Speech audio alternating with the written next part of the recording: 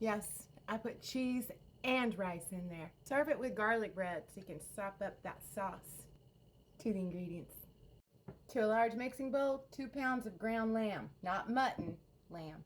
3/4 cups of Italian breadcrumbs, the seasoned kind. Half a cup of grated Parmesan. 2 tablespoons of chopped basil and 1/4 cup of chopped parsley. 3 tablespoons of minced garlic, and to all these seasonings listed here. 1 yellow onion, finely chopped. 2 eggs, no shell. 2 cups of cooked rice. Let it cool off before you put it in here. Zest from half a lemon, and then the juice. Don't skip this part. It helps balance out the flavor of the lamb. Now mix this concoction together until it is just combined. Don't overmix. Remember, we don't like tough balls. Mix away. Now we gotta form the meatballs. So get a scooper of some sort. Plop it in your hand. Flatten it out. To this, we're gonna add fresh mozzarella.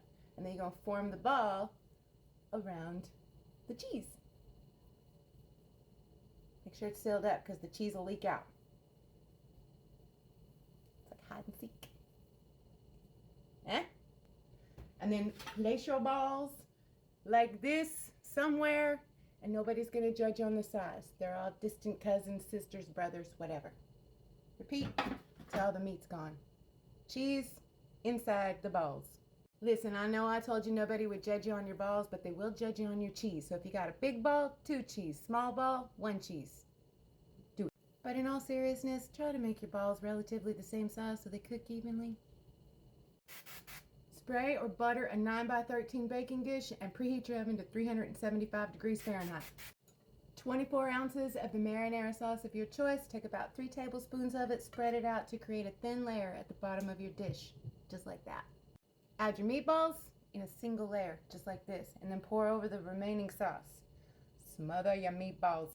Now cover tightly with some foil, and you're gonna bake 30 minutes at 375. Put it in the oven. Take it out of the oven, and then you're gonna add 2 cups of freshly grated mozzarella to the top. And then you're gonna put it back in the oven for 15 to 20 minutes. You want the cheese to be melty and everybody to be all bubbly. Garnish with some fresh parsley and a scrunch of black pepper. Serve it with garlic bread so you can sop up that sauce. And listen, this is the best meatball casserole ever. Y'all better go make it. It's so good.